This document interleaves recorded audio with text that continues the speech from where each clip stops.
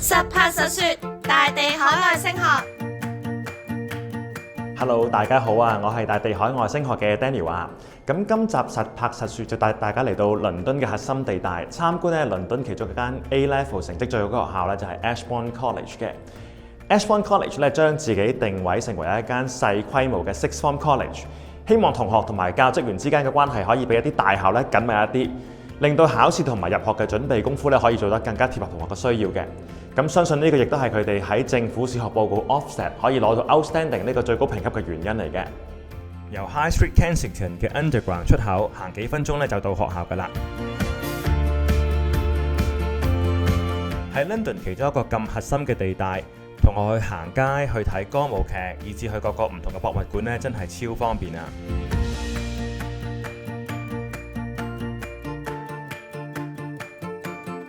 學校有兩座教學大樓，除咗 Art Studio 呢度比較大之外咧，學校嘅班房同埋 lab 咧都係細細間嘅。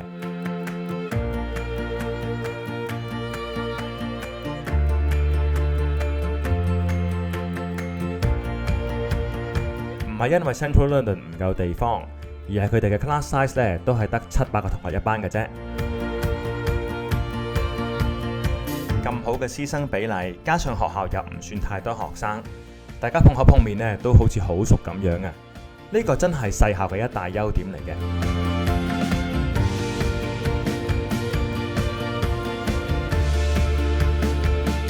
憑住過去10年都有超過50% 嘅科目係 A Star 同 A 嘅成績 ，Ashbourne College 咧可以話係倫敦其中一間成績最好嘅學校嚟嘅。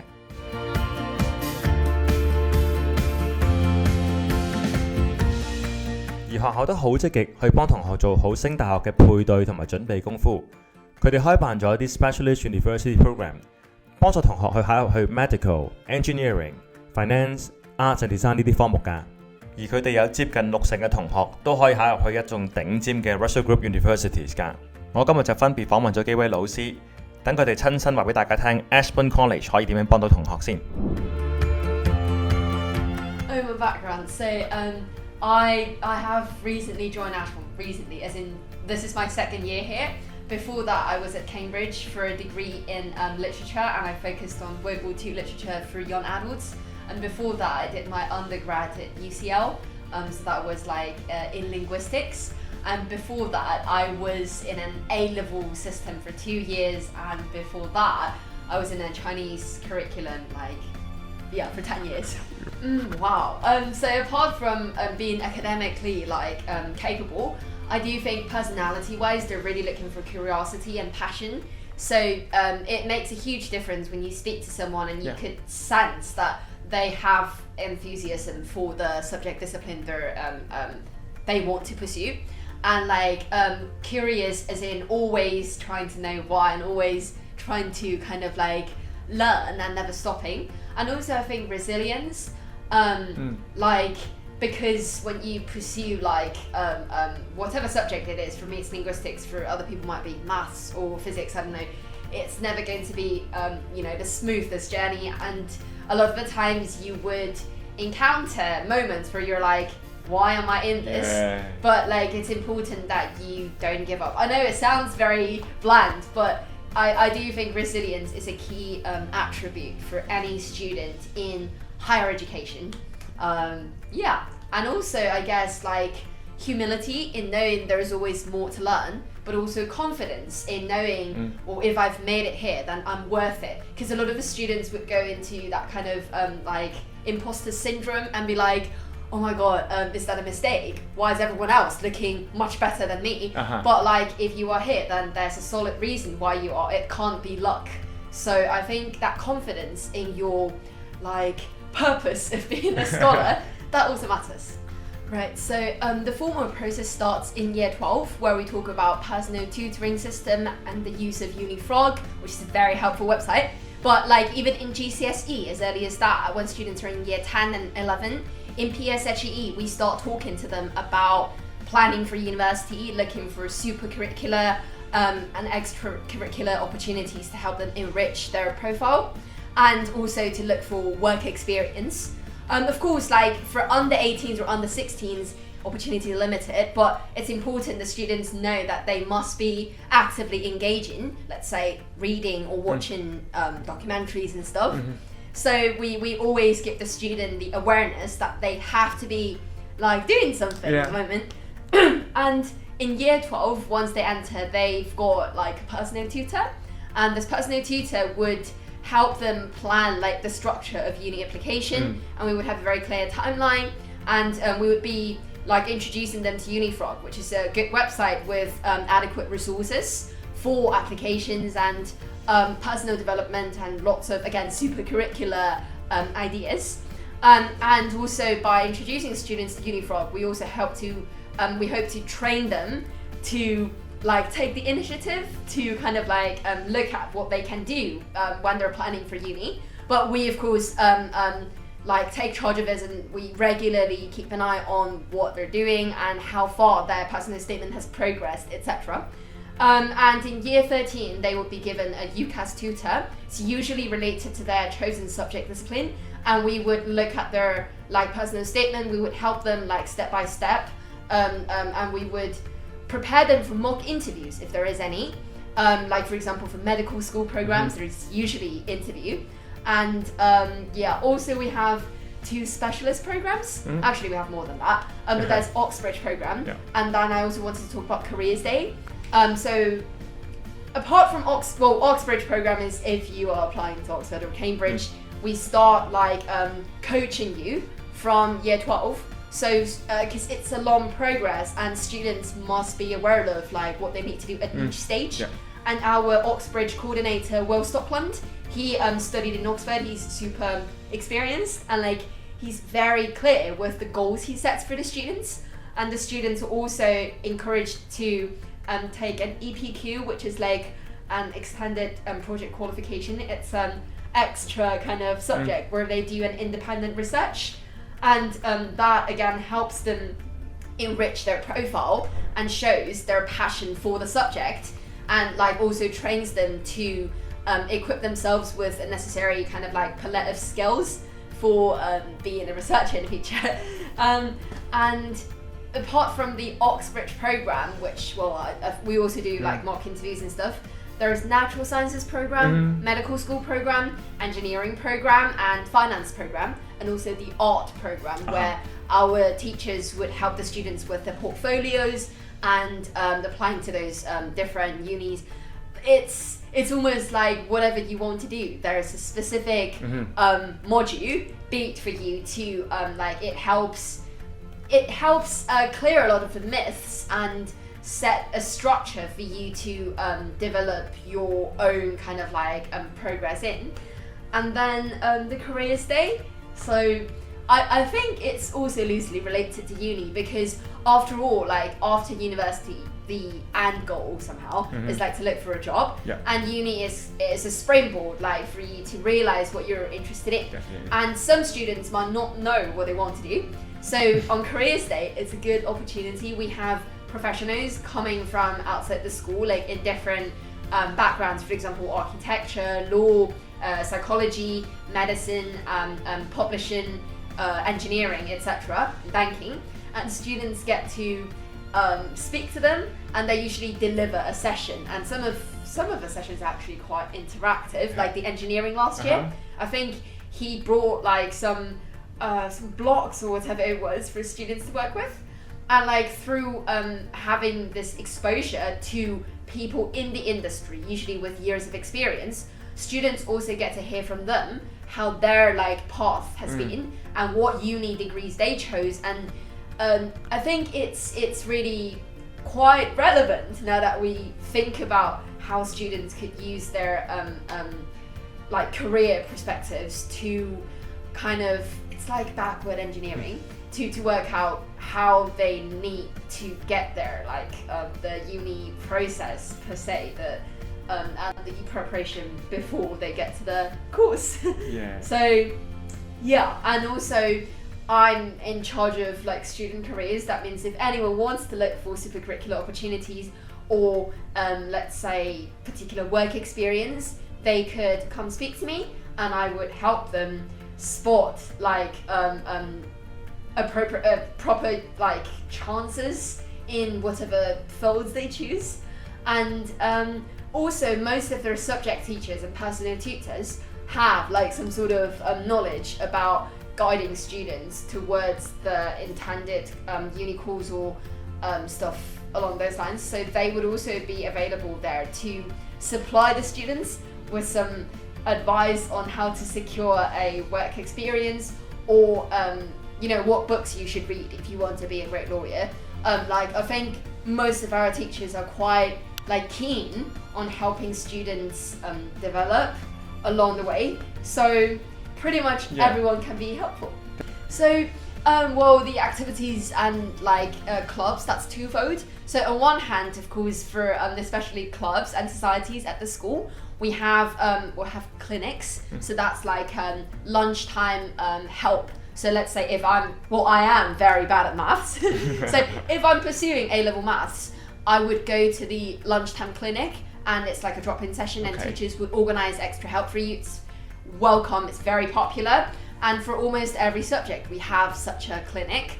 So that's like enrichment somehow. But there are also clubs like that are, let's say I run creative writing and reading club. And there's teachers running, let's say programming, or some of them run like the history teacher, he runs a seminar club. And there's also maths Olympiad, chemistry Olympiad. There are things where you could kind of take up and then learn an extra skill, or that might like implement your A-level studies, or might not, but give you something else to think about. But also there are like fun activities, because students really study hard. Like if you go into the library, they're like helping each other. They're drawing like graphs and stuff on the whiteboard, and you see them working really hard. Like we've got a quite chill like environment, but people are actually like they know what they need to do. So we do have to design activities to help them, to not help them have fun, but to allow them to have fun. Like we organize trips to musicals and like theatre and go-karting, laser tag, escape room, axe throwing. It's actually safe. That's a lot. Yeah, and also Euro trip and biology trip. Euro trips like every February. This year we're going to Rome. Last year we went to Paris. It's like the tickets got sold out like immediately, like 30 minutes after release. And then also for specific subjects, like you would see art students going on organized trips to galleries and museums. And in the past they even went to, let's say, Italy for art museums and stuff. And for biology also, last year they went to Windermere. And this year I think Amy and Philip are taking students to Madagascar for expedition. So we've got lots of like extracurricular going on. Sometimes like it's more explicit. For example, if you go to a creative writing club, like you know you're purpose driven. But like sometimes it's more like the things you learn along the way. Like you're going to like Paris, you might not expect to pick up anything, but you do. Like you kind of figure things out as you go to a museum, or like you even when you go to Disney, and like, and also people learn not necessarily subject skills, but also how to be organized and how to plan things.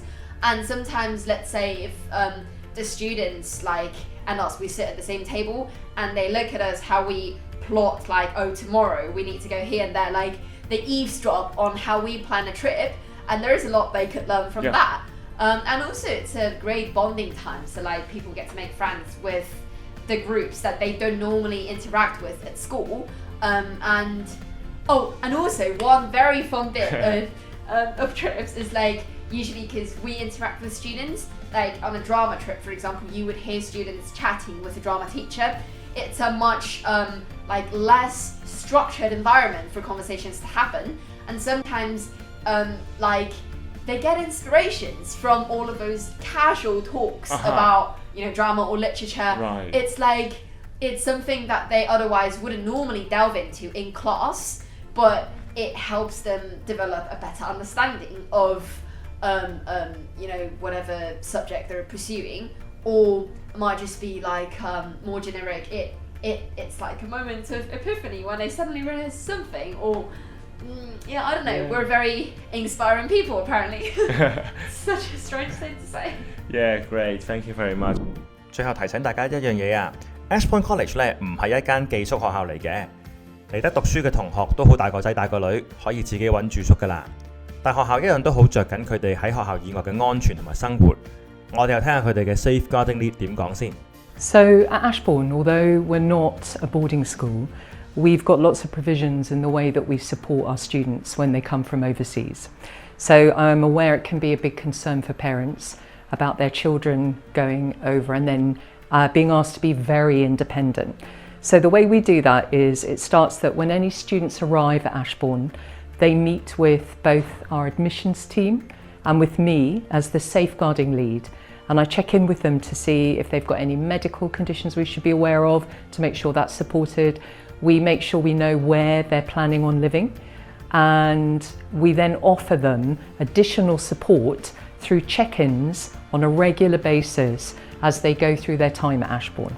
So in terms of students learning to accommodate to living in London and adjusting to that, we give them extra help with things like how to sort of survive well in London, things to be aware of to keep themselves safe, how to go shopping, what the best supermarkets are, and part of their personal tuition programme at Ashbourne is a growing awareness of London and recommendations. So one of the enriching aspects of living in London independently is a lot of our overseas students have a fantastic opportunity to visit places they would never otherwise have the chance to. It's a really rich cultural city to be based in. There is endless things to do. In terms of well-being, that is a significant thing that we look to support students with. And so I would really want parents to know that one of the ways we provide additional support for overseas students is we check in with them during the term to make sure that they are coping with their studies, they're coping with the challenges of shopping and cooking. Have they found a way to register with a local GP? So if they do get ill, they've got provisions there. And then in the run-up, so right now we're in the run-up to the Christmas break, which is 2 weeks. So we are, at this point, checking in individually with every single overseas student or those that live on their own to make sure that they have real plans in place for that break. They're not going to be on their own, they're not going to be isolated and lonely. And if they're staying in London rather than going home, we're making sure that they're meeting up with friends, that they've got fun things planned, and that they're going to be okay. And then we also offer them, if they would like, a check-in during the holiday period. So if they need a bit of additional support to talk about how they're doing, or just have someone to chat to about any problems they've got, that offer is made to them. And we can do that either with a phone call, we can do it in person, or we can do it as an online meeting. So they are various ways that we have of supporting the students from overseas. 喺拍攝嘅今日咧係學校假期嚟嘅，得少部分嘅同學翻嚟學校做 project， 同埋揾 tutor 做 personal statement 等等。咁但係我嘗試觀察下啦，從少少嘅 interaction 入邊咧，我都睇得出同學同老師之間嘅關係咧，的確係唔錯嘅。有一種家情感同埋歸屬感喺度。咁而受訪嘅老師咧都好着緊同學嘅 well-being， 佢哋都好有心機咁去為同學咧點樣去適應倫敦嘅生活而努力，以至咧為佢哋去做好升學同埋 A-Level 嘅準備功夫。Ashbourne College 呢一間 Sixth Form College， 校舍唔大，學生唔多，但係呢間細細啲嘅學校，佢哋同學嘅成績同埋升學出路咧就認真響當當啦。就連佢哋份 Ofsted Report 咧喺各個範疇都可以攞到 Outstanding 嘅評級。係對學校各方面優良表現嘅一大認證嚟嘅。地點方面喺正 Central London， 唔單止方便同學行街咁簡單，而學校亦都有善用呢一個優勢，舉辦唔少活動，俾同學喺 London World Class 嘅 Business、Arts 等等嘅行業機構嗰度實習，以至參觀，豐富佢哋嘅學習經歷。希望大家都會中意呢一條 video 啦。臨走之前記得 like、comment 同埋 subscribe 我哋實拍實說 channel 啊！有海外升學問題，即刻 WhatsApp 大地啦！